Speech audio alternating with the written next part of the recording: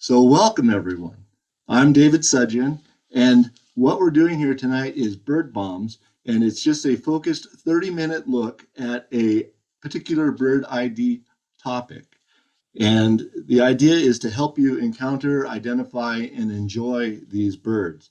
And so our focus is Colorado, and particularly to some degree the Denver Greater Front Range area. So tonight, as we go along, please feel free to use our question and answer feature. Laura Stedman is assisting in monitoring that, and you can provide questions and comments, and she'll throw a few of those my way at the end of our presentation tonight. So tonight it's kingbirds, right?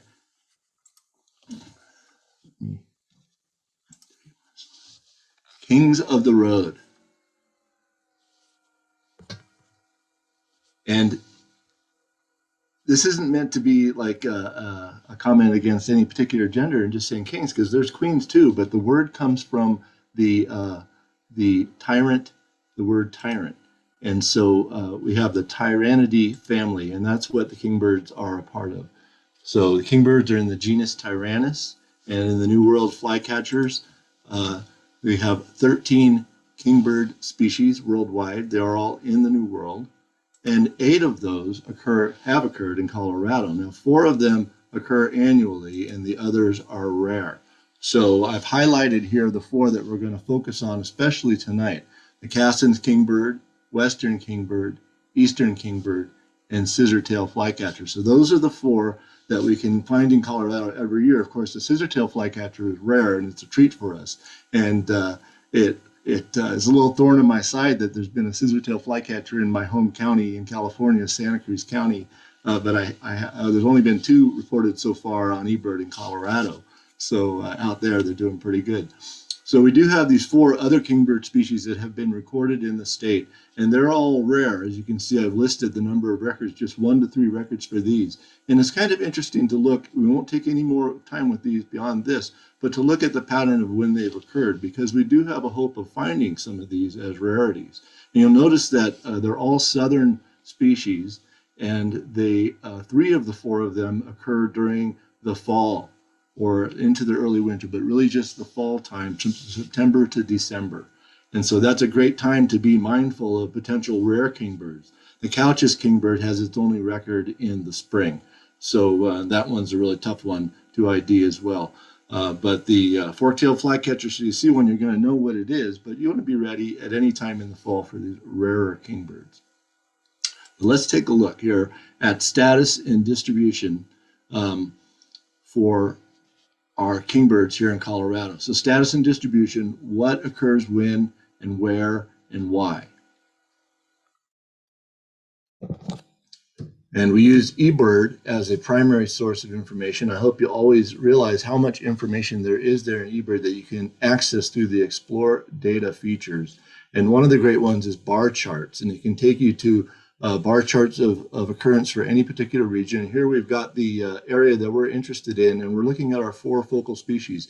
And we see that kingbirds are birds that are here in the spring and summer only. They're highly migratory, and they really are here from May through September. And anything before or after that is kind of an outlier, except for the western kingbird that comes in a little bit earlier.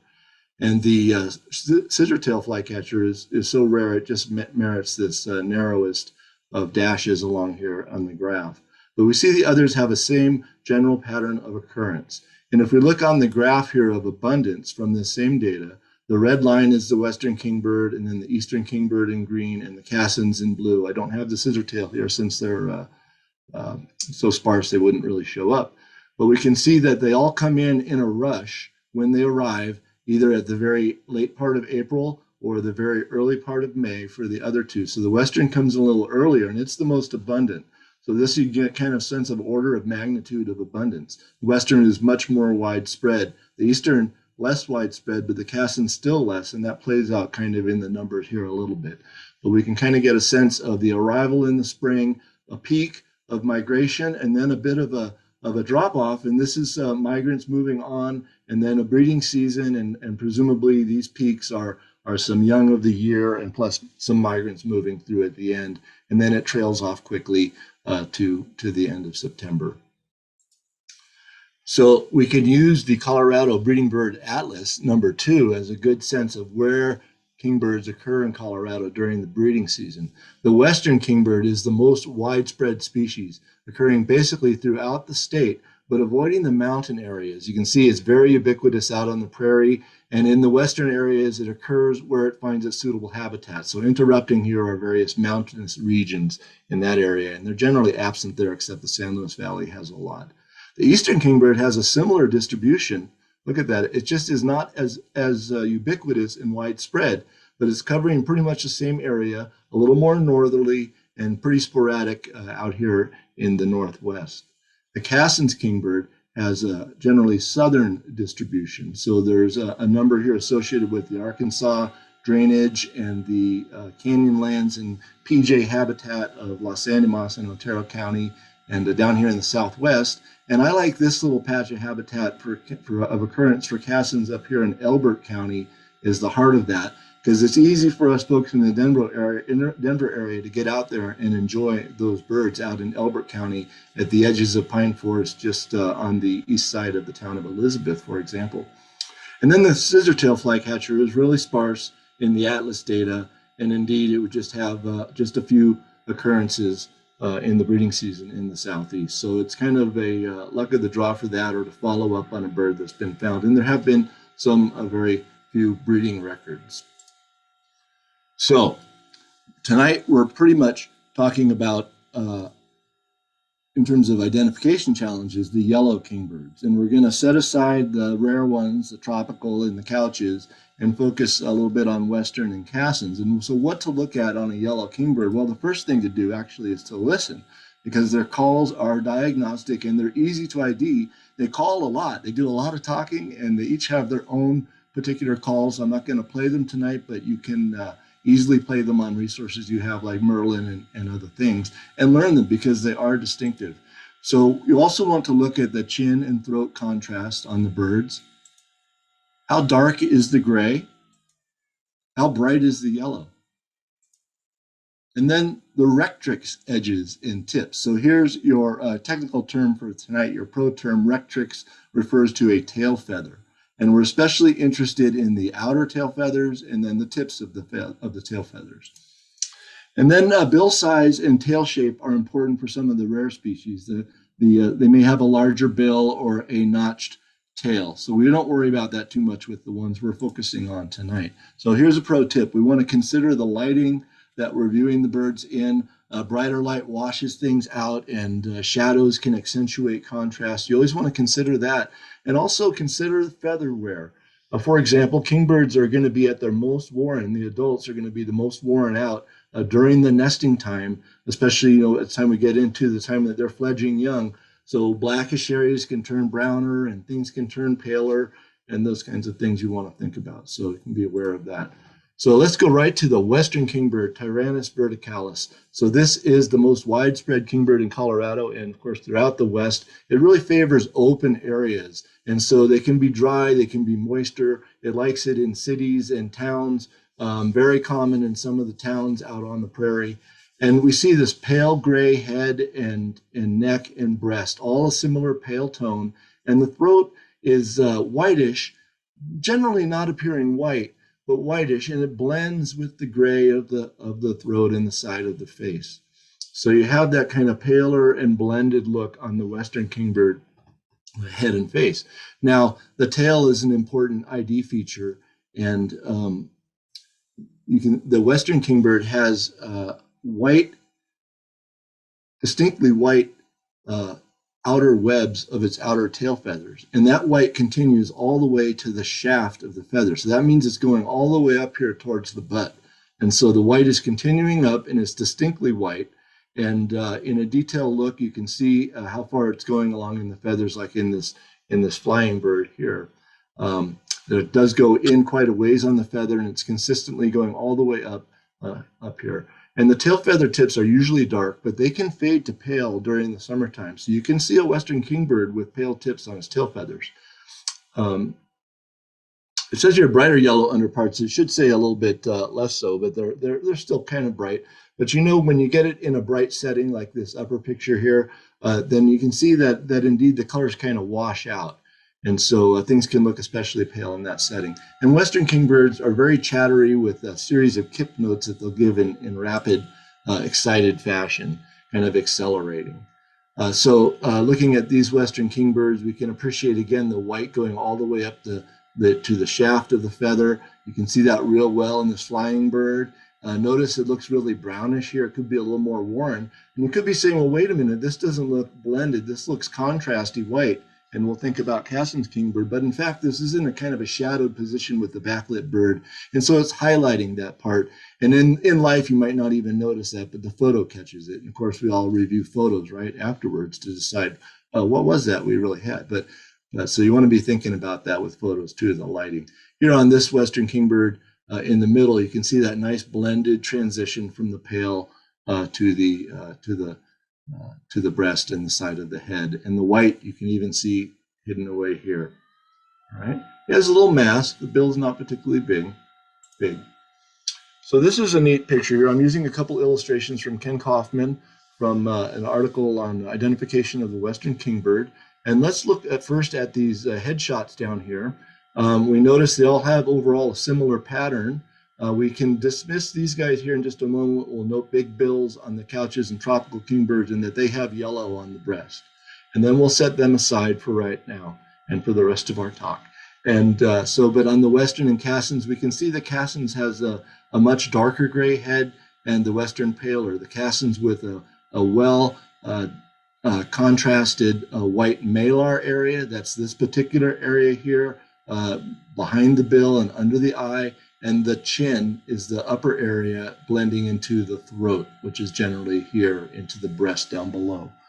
Okay, and so, but let's look at these tails up here. And here's the tropical kingbird with the notch. We'll set that aside. And here we have the Cassins and the Western with the white going all the way to the shaft.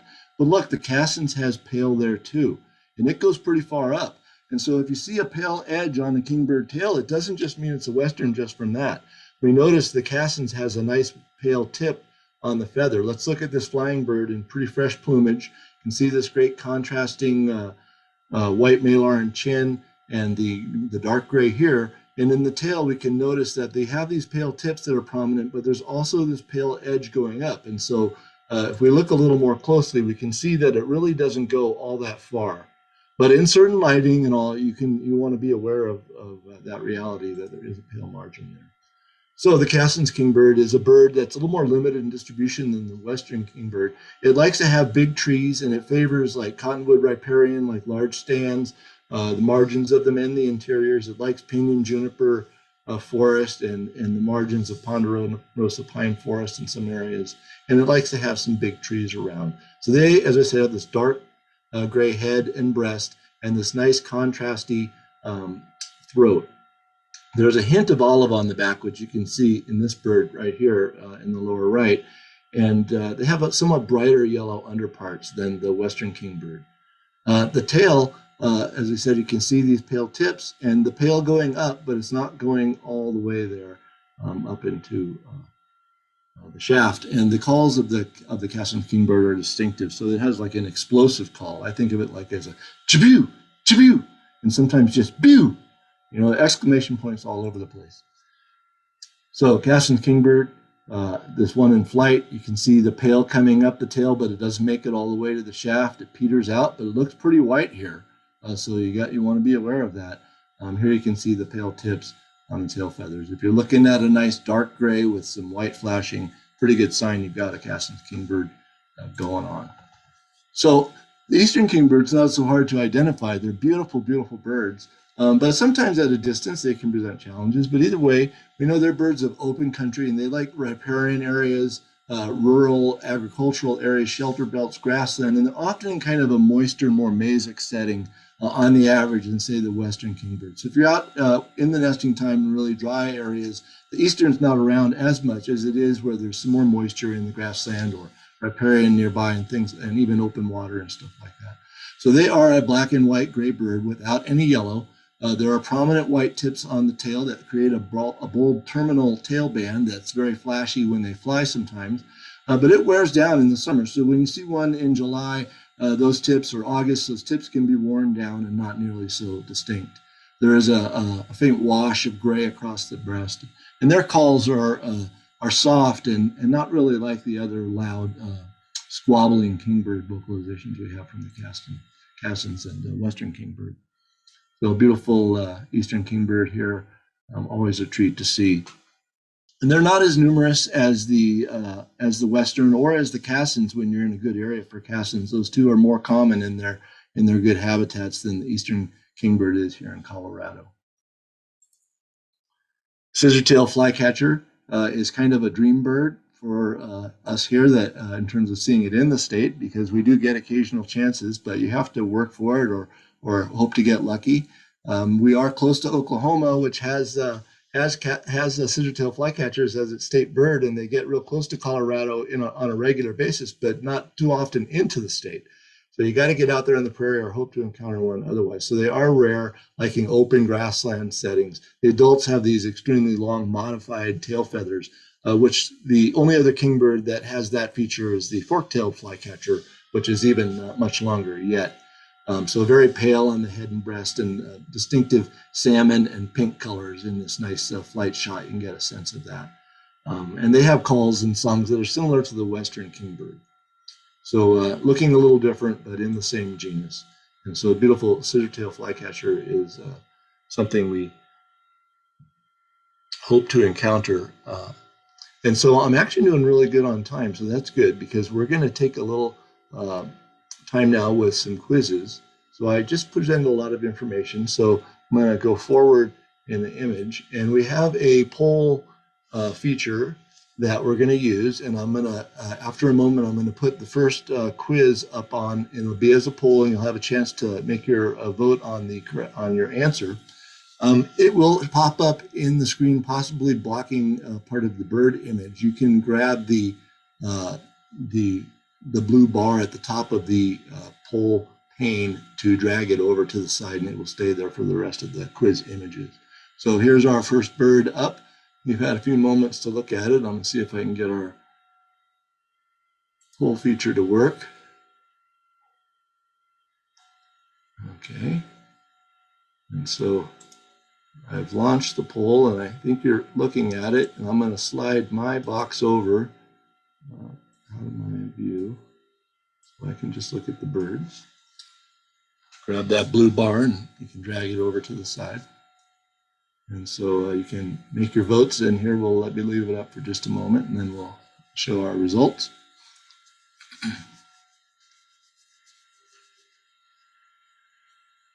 Seems like there's a pretty strong, clear opinion here. So what we can see is that we have a pretty pale wash of gray that's kind of even and blended lightly with the paler yet throat, chin, malar area. And can we see even a little bit of white here going all the way near the base of the tail. So we'll end the poll, and here's our results. And indeed, got it mostly right with Western kingbird for this guy. So I will stop sharing that quiz, and I'm going to see if I can move on to our next picture. Now, this one's a little harder to view, but this is a little closer to how we might see the birds out in the field. So here you've got the same bird, two images, one in flight and one perched out there working the grassland. And what can you see out there? So I'm going to go to quiz number 2, and I'm going to launch that quiz.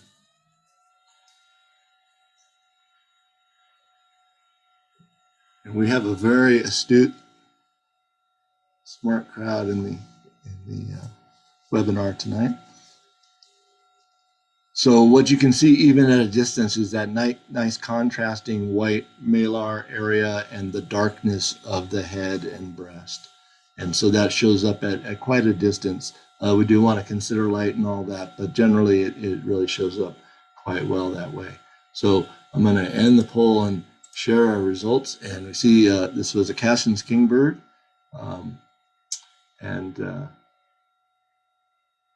a great area to see Cassin's kingbirds right now is on County Road 118 in Elbert County, just a little ways in from Interstate 70, where the crossing of Big Sandy Creek is. It's a great area. Another good place that's even closer to Denver is at Rich Mill Ranch open space in Arapahoe County, out towards Deer Trail before you get to Deer Trail.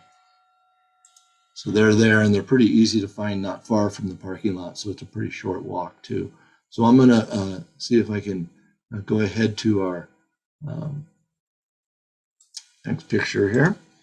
So here we have another one, and I can select our quiz. And before I launch it, we'll look at it for a minute here and see what we can see. You all know the name of this plant this bird's perched on is mullein. And the mullein, it produces these stalks after flowering that are very popular perches for kingbirds and lots of other birds. So it's good to check out the mullein stalks. So here we'll launch the poll and see what we think.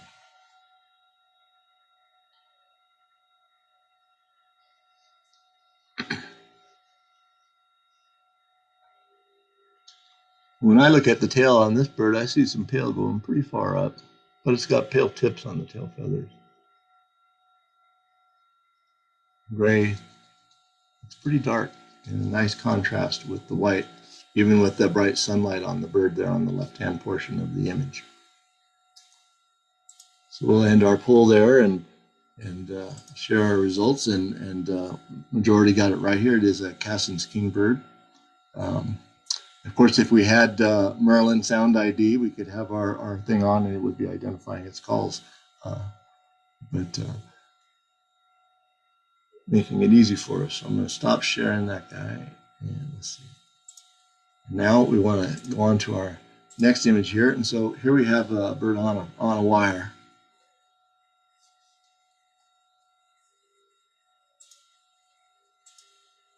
Quiz number 4. And we can consider our lighting situation. So I'll go ahead and launch the poll.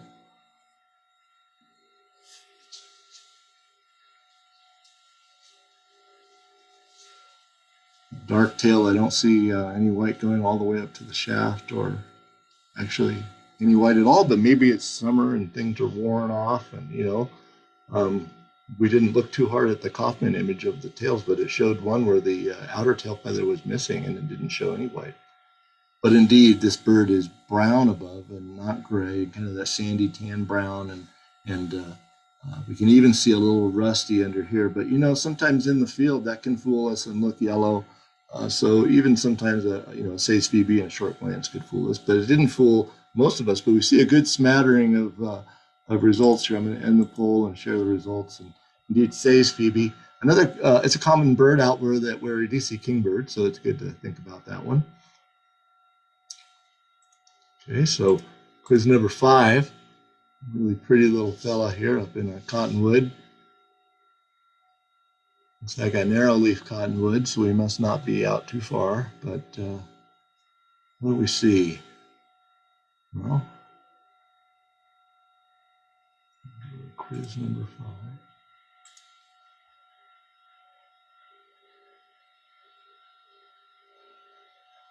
So I'm going to go ahead and launch the poll here. And only giving you a couple options here. So you can look carefully at what we can see. We do have a pretty good look at the white on the edge of the tail there, the edge of the outer rectrix, and a pretty good look at her face. But it does look, a little bit of contrasty here. But on the whole, it's blended nicely without a lot of market difference. And the tail white looks like it's going way up there. So it looks like majority sense here, Western kingbird, but this is a good challenge, and it's not always so easy to tell. Keep in mind that while we're looking at these birds, we're usually hearing them as well. So as I say, it's really great to check out the sounds and learn those, because they are distinctive. So we'll go on here to another quiz. This one is hidden away.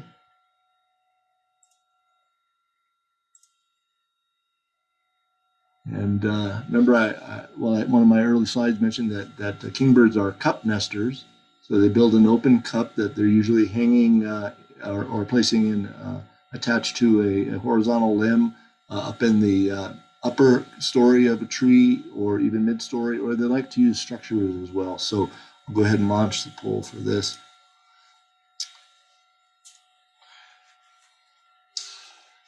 And not too hard to ID with those white tips on the tail and the general black, and you can see some gray and that white on the throat. So yeah, that one's pretty easy, but fun to look at.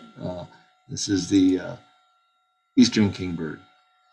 Sometimes in a nest, you see a nest and you may not have a great view of the bird, and the scope can really help. It's not always so easy to tell, right? Because you're down low, but this is a nice shot there from Dale. So we'll stop that, and I think we have one more here in our quiz.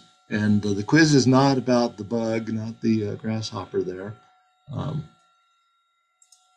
the bird that's holding it. And kingbirds, of course, feed extensively on insects that they catch, that they're watching for, and they'll catch them in flight or they'll catch them off the ground in all kinds of different circumstances. And they have to manipulate them sometimes to get them how they need them to get it down.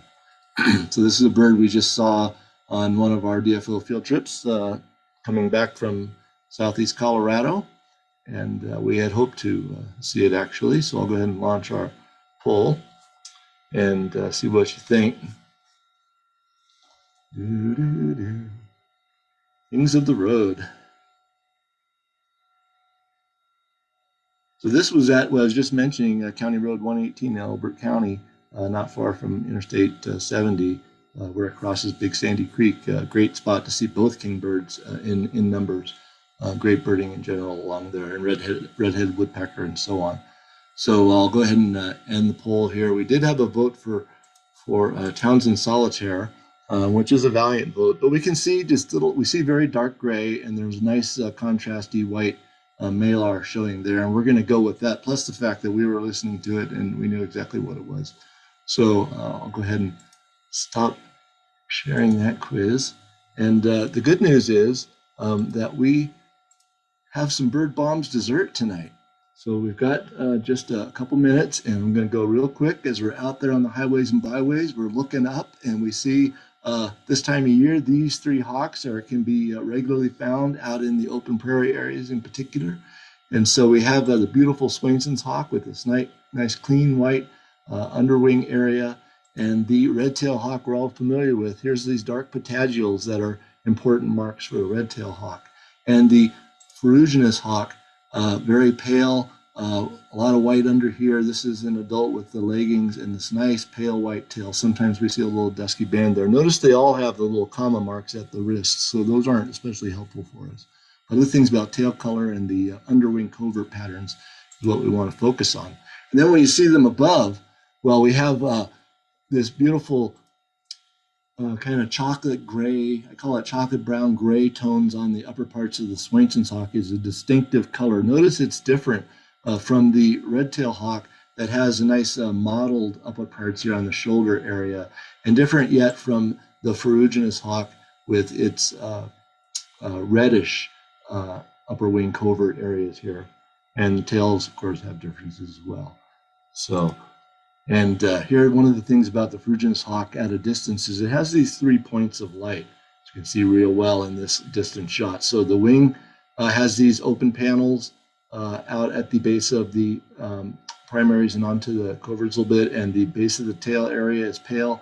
So you get this 3 points of light, which we don't see on the other two. Notice the red tail can have a little bit of that wing panel openness, but generally not nearly as striking as the ferruginous. All right, so I'm going to acknowledge my photographers who contributed tonight. I really appreciate their help, to Ron and Judy, Dale, Diane, Pete, Ken, and Gary all contributed things that I used in the show tonight. And I'd like to welcome anybody who'd like to be a photo contributor. I don't need just photos that are great for the cover of a magazine, but also photos that kind of show the birds in life, like this cool one of the western kingbird harassing a raven that went over the other day on one of our trips. So our next Bird Bombs is coming up on June 23rd. It will be on the topic of 4 and 20 blackbirds, so you can think a little bit about that. 7 p.m. Mountain Standard Time here on I don't know, Mountain Time. I don't know what standard or daylight. I don't know what we are, but June 23rd in about a month.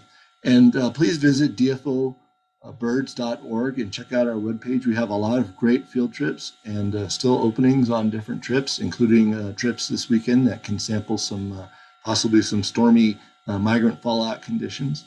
And Bird Bombs is available on our page to view afterwards. And like I said, there's a lot of content that I maybe touched on very quickly, and you can go back at your own time and hopefully enjoy it. So I'd like to thank everybody for going along with me on this roadside journey of the Kings of the Road tonight. And I'm going to stop sharing, and we're going to take some questions from, see what Laura has to share.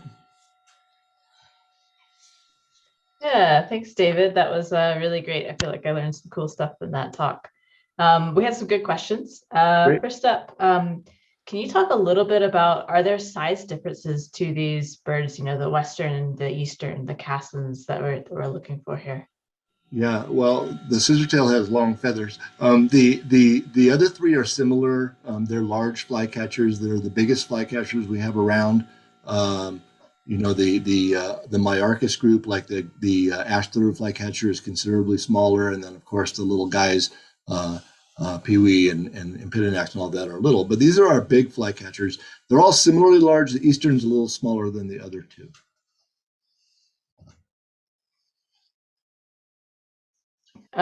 Cool. Yeah. So another question that came in was, you mentioned that a lot of our rare flycatchers that have been spotted show up in the fall, and that they're more southern species. But in the fall, normally the winds are predominantly from the north. Do you have any sense of why are these southern birds showing up here in the fall? Yeah, it's a great question, and they all have a well-established pattern of distribution that takes them here to Colorado. So it's not anomalous occurrences. They're all fitting a pattern, which is normally the case for our rarities. So you want to learn your status and distribution, learn about when things have been found and where, and that's going to help guide you. In this case, some birds have been found to have what we could call a reverse migration. So their normal movement could be to move south, but instead some individuals are moving northward. A lot of them are birds that are young of the year. And that timing is characteristically mid-fall into late fall. Where I come from in California, if you want to find a tropical kingbird, a great time is in that time in fall. And they turn up regularly, in more than a handful out there. Here it's very rare, but it's the very same timing. And people that found them were aware of that reality when they were looking at the birds, and help them realize, well, wait a minute, this is more yellow than it should be. So anytime you get past September, you want to look hard at a kingbird and make sure you know what you're dealing with. So that's kind of cool, that reverse thing that's going on from these southern species. And indeed, the fork-tailed flycatcher coming from far away in far southern South America. Awesome, cool. I'm ready for September now. Yeah. We'll do spring migration first, but can you talk a little bit, do you know why are kingbirds, why are they called tyrants? So if you look at my definition there, it was about being kind of harsh and an oppressor. And kingbirds are tough birds. They don't let anybody give them guff, no matter how big it is. The hawks, that raven I had a picture of, they are on it. And so they're the boss of the neighborhood, or they think they are. Now the raven is actually the king or the kingbird, but they're going to go for it. So they're very aggressive. And so the tyrant flycatchers in general, I think there's kind of that, some of them, the whole family Tyrannidae has that name, but they're not all aggressive like kingbirds. But some of the characteristic species, I think, provided that name from the same root as tyrant. Cool, awesome. You mentioned a little bit about where to find Cassin's kingbirds. Where should we be looking for some of these other birds, like the scissor-tailed? That would be a really cool bird to go find.